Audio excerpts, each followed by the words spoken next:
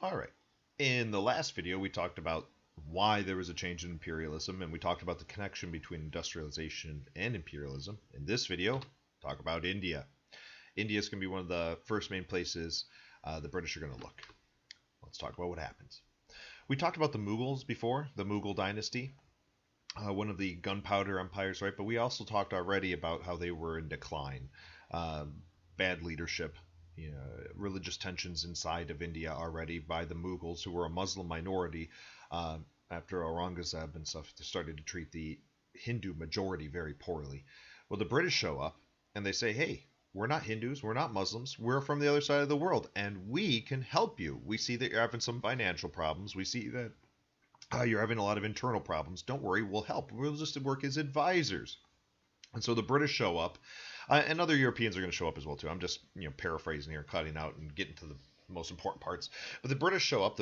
Most specifically, the British East India Company, the EIC. Remember, the East India Company shows up and works as advisors, and they start infiltrating the Mughal Empire. Now, the Mughals are still technically in charge and they still have the emperor and things, but the East India Company is increasingly taking over and doing more and more work. And also, they're building their own military inside of India.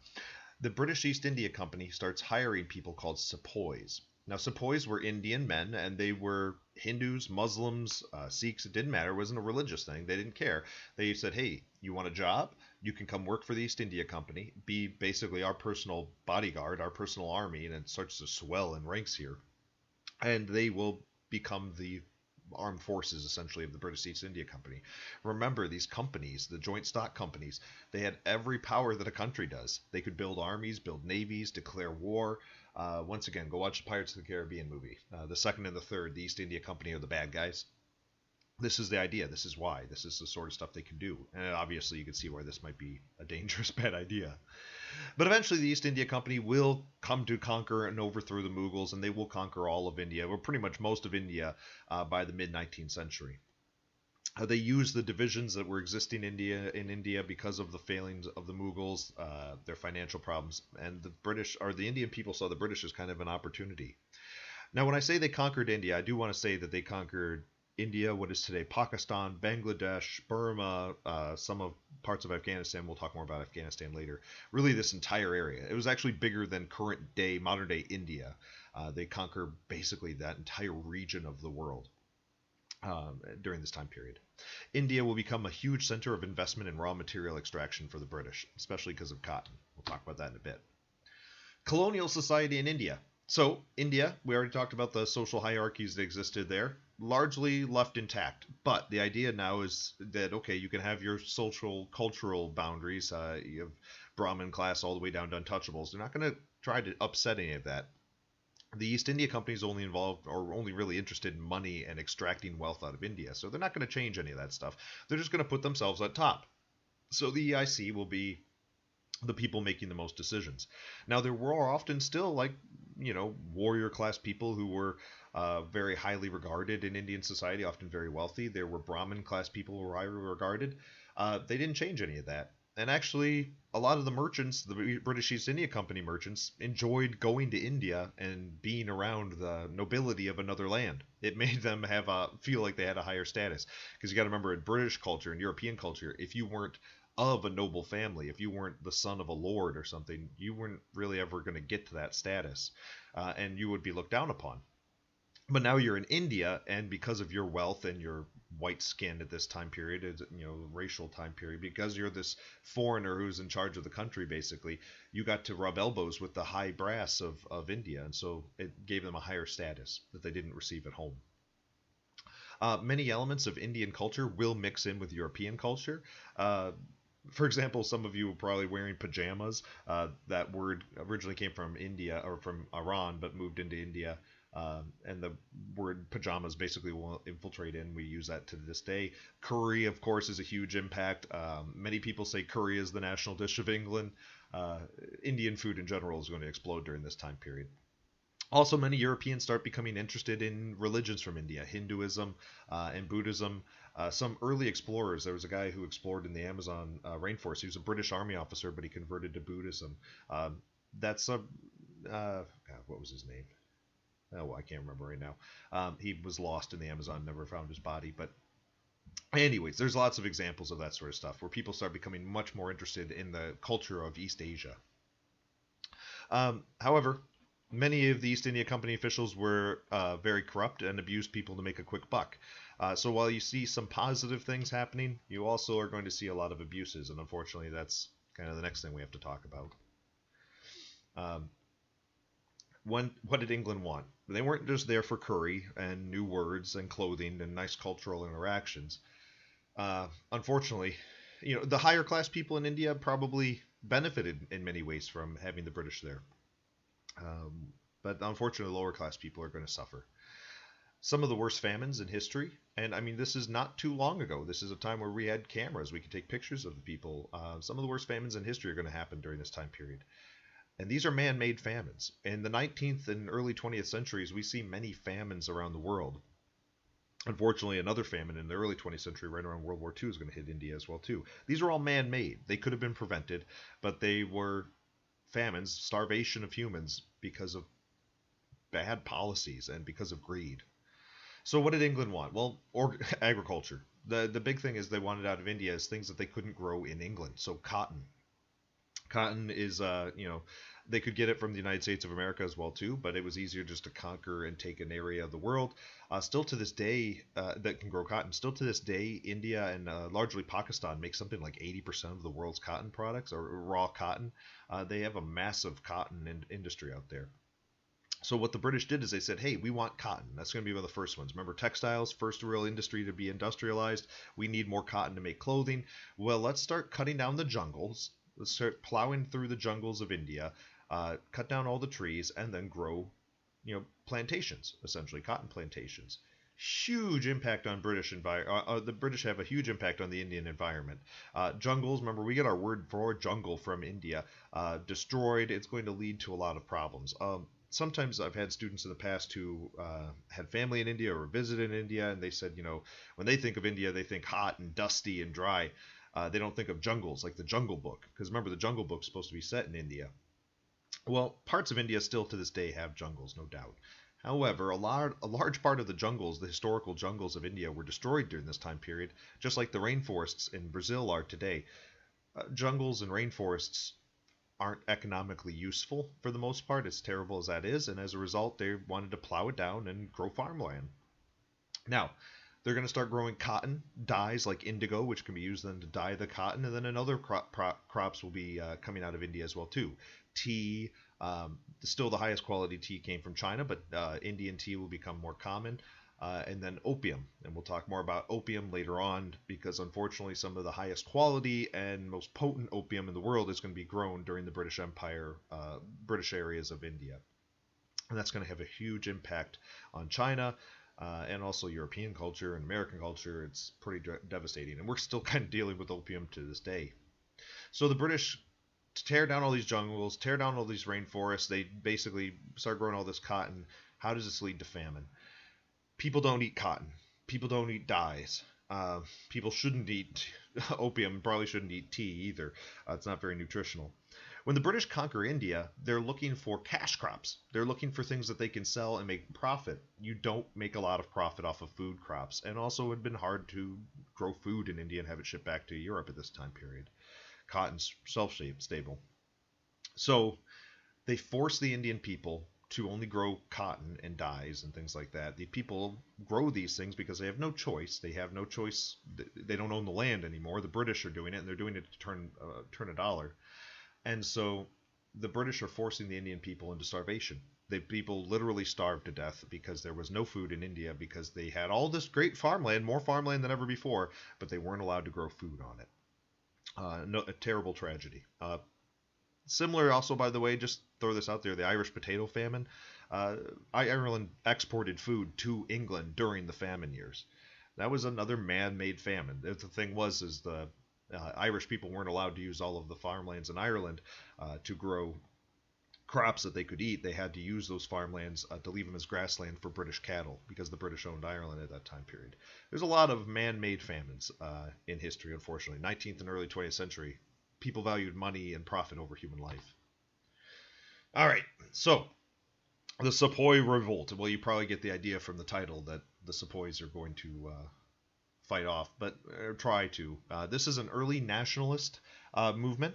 This is an early attempt of people in India to try to fight off against the British. And spoilers right now, it's going to fail. It's not going to work out. But this is one of the first nationalist strikes against the British Empire and the expansion of the East India Company. So what's happening? There's these terrible abuses in India and the man-made famines and things, but not people. For the most part, the Sepoys weren't concerned about that because they were getting paid. They were getting paid by the British Empire, and they probably saw the East India Company as an advantage to their lives. But things start to change.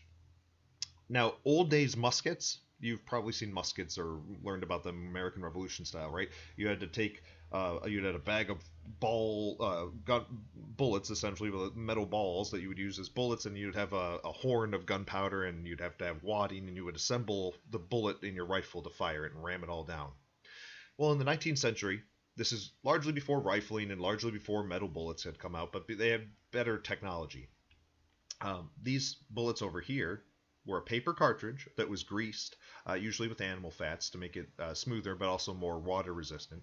You have the bullet at the end and a paper cartridge. The paper cartridge had the wadding in it, and also it had gunpowder at the end. So now, rather than have all these little parts that you had to assemble every time you wanted to fire a bullet, you had this ready-to-go thing. Now, problem was, because it's in a greased paper lining here, you have to expose the gunpowder still. So you put the bullet, the end of the bullet, into your mouth and between your teeth and tear off a bit so you expose the gunpowder so that when the flint basically on the rifle hit down, it would strike the gunpowder and fire off the bullet. That's the latest and greatest technology of the mid-19th century. These are Enfield rifles. And you could probably go on YouTube and find people showing videos on how to load them if you're curious. But anyways, you take this, you ram that down into the end of the gun, and then you can fire. It's way faster than the old traditional musket ball system where you had several different parts. Problem. These cartridges are in wax paper, greased with animal fats. We said that why they were doing that. They had a good reason for it, but the British didn't care about the animal fats, right? That Christian culture at this point, there was no restrictions on any kind of animal meats or anything. Well, so when the British made these bullets, they just used a mixture of different animal greases to boil down and make the fats to make the greases with. Sometimes there was beef, sometimes it was pork. It was probably whatever they could get their hands on, which to you guys today probably is generally just disgusting as well too. They weren't thinking about it that way. That was just they greased the bullets. Well, they were using beef and pork fat, and eventually it probably started as a rumor, and it starts to spread, and then the Sepoys are learning, hey, these bullets that they're giving us to do target practice with and use in our everyday life, we're working for the East India Company, these are greased with beef and pork, which is insulting to Hindus and Muslims. Many Hindus are vegetarian and on the outright too, not even just cows, but don't eat meat at all, and they're putting pork or they're putting cow meat or animal fats in general into their mouths every single day. That's a huge insult to their culture. And the British, of course, they didn't think about that probably. And also, if they did, they didn't care because they didn't view that culture as something of value. Right? They were looking at it as an imperialistic mindset. The British are the superior culture. Who cares about their silly local indigenous beliefs? Use the bullets or you're fired. That's the idea.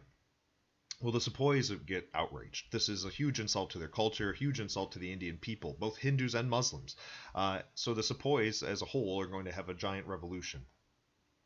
At first, goes after the British East India Company soldiers from England, so the white people, and it kills about 60 soldiers, 180 civilian males are massacred after they had surrendered. It is a massacre. And so at first, it seems like the Sepoys are actually having some success, but they had the element of surprise on their hand and also numbers.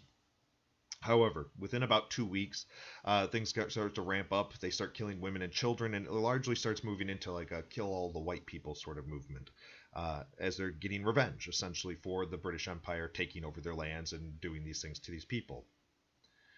The British show up in massive force. The East India Company shows up, and this is the East India Company still. They show up with massive force, retake the fort that the Sepoys had conquered, and hang pretty much all of the Sepoys who were involved in the revolution. The East India Company and later the British Empire will still hire Indian soldiers after this moment, but any of the Indian soldiers, the sepoys who were involved in the revolt, will be hanged. This is a terrible show of force. I mean, definitely there's atrocities on both sides, but um, what's going to be one of the most, I don't know, one of the most iconic things that happen afterwards. The British East India Company hang most of the regular sepoys who were used, but if they were any of the leaders of the sepoy mutiny, they literally blew them up. So this is I believe it's from originally a wood carving picture, but it's something from a newspaper. But what happened is when the British Empire retook the sepoys and retook the fort, they wanted to set a message. They wanted to send an example. Set an example for everybody else. If you want to rebel against the East India Company, if you want to rebel against our rulership of India, this is what's going to happen to you. Most regular sepoys were hanged. The leaders were taken. They had their arms. They had a board put behind their arms there and then tied to it, so they couldn't move their arms forward. They were then strapped to the front of a cannon, and then the cannon was set off. Essentially, the cannonball at that range, I'm sure it just blew them apart, and probably was appalling to watch. Absolutely horrific. It was so horrific that actually Europeans, British, and probably other countries as well too, observers who were there watching this horrible thing. And by the way, the East India Company didn't do this in private. They wanted people to see it. They wanted people to know what happens when you revolt against them. But it was so horrific that when the people who witnessed it wrote about it, they said this is just an absolutely appalling, barbaric thing. The British East India Company are monsters. So this response, the British East India Company was hoping to set an example to solidify their power. It actually destroys them. The British East India Company, was pretty much on the ropes. They were more powerful earlier on in the earlier colonial era. The American Revolution hurt their business. Well, they moved on to India. Well, this is going to be basically the end of the India business and also the end of the British East India Company. The East India Company's example setting was so horrific that the Queen of England actually got involved. So Queen Victoria, bowing basically to international outcry and outcry inside of England as well too, says, okay, we can't do this anymore. Then she's not going to give India back its freedom, and she's not going to pull out of India, but she removes the charter from the EIC. Remember, the East India Company was a joint stock company. They had a charter, basically a contract. That's gone. The East India Company is basically dissolved at this point, and this goes away because of their horrible thing that they did to the Indian people. And Queen Victoria outright basically claims all of India for herself, for England. So no more company rule. Now it is just directly controlled by England. So India, in a weird way, becomes part of England. Now, not equal part. They're not a state like in the United States of America, but they're more like a colony. Queen Victoria becomes the Empress of India. She never goes there. Queen Victoria becomes the empress of an entire subcontinent, this huge part of the world, and she never steps foot on it. I think that's a very telling example for imperialism and the imperialistic worldview and new imperialism. We're going to conquer places all around the world, know nothing really about the people and their local cultures, and if we do know anything about it, just don't care, and just outright conquer, largely for wealth and for power. I want to add this in here. A few years back now probably, history kind of repeated itself.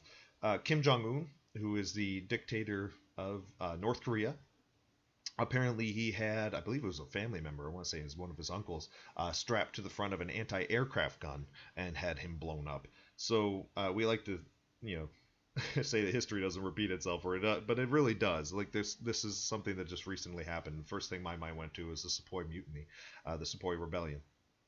All right, so the British, just to summarize here, the British now have conquered India. Unfortunately, horrible events took place because of their conquering it, and India is being used largely for production of agricultural goods. But next, we're going to move on to Africa.